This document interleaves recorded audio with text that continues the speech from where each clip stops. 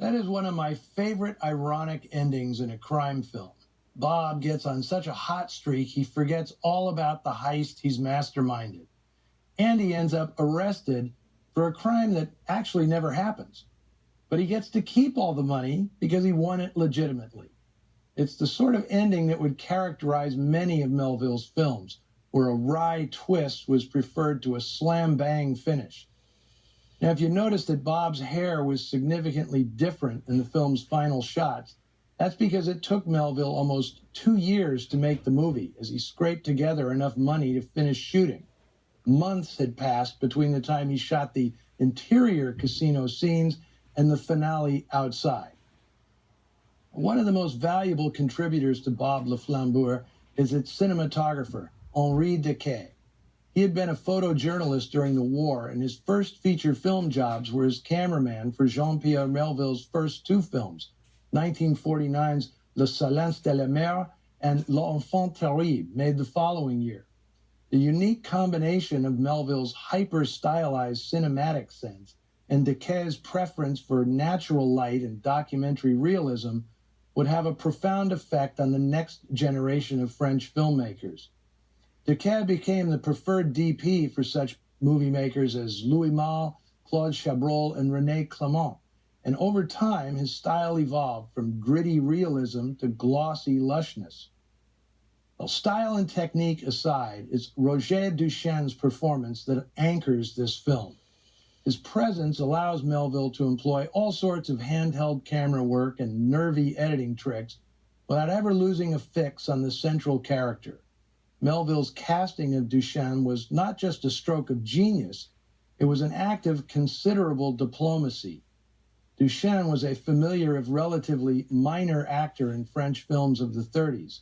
He was married to starlet Yvette Le Bon and earned a reputation as a high-living gambler during the Nazi occupation of France, running up significant debts with gangsters in the Pigalle section of Montemont. His last film, before this one, was made in 1943. By that time, he was being used by the Nazis as an informer and interrogator for the French Gestapo. After the war, Duchamp was arrested and jailed by the government for collaborating with the Nazis. After his release, he briefly became a small-time criminal before disappearing entirely from public life. In the early 50s, Duchamp was selling scrap metal in the French hinterlands, eking out extra money writing crime novels. That's what he was doing when JeanPierre Melville, a Jewish member of the French resistance, tracked him down, offering him the lead in Bob Le Flambeur. It wasn't just that Melville was casting to type. He had so little money, he knew his shooting schedule would be horribly erratic. He couldn't talk any regular working actor into committing to the role. He needed somebody with time on his hands.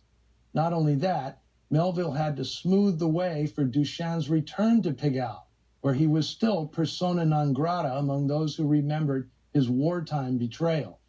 When Duchamp looks at his reflection in a shop window early in the film, it's an authentic on-screen confession for all the world to see. It's safe to say that Roger Duchamp truly was Bob Le Flambeur, and the film would be nowhere near as effective without his self-revelatory performance. After this, there was nothing left for him to play. The following year, he took a small role in a French crime film called The Girl Merchants, but then he retired altogether, knowing that this film would forever be his legacy.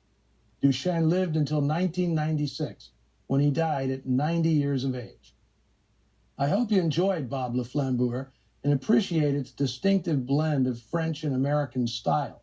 It is the pivotal film linking Hollywood crime movies to the French New Wave, even if Melville himself was not part of that movement. Share your comments with us on the Noir Alley Facebook page and Twitter feed. We're staying on the other side of the pond next week, but also returning to Hollywood. I'll be showing the last film made by Jules Dassin before his European exile, the London set noir Night and the City, starring Richard Widmark and Gene Tierney, a preeminent example of high noir style. I bid you adieu until next week. See you in the shadows.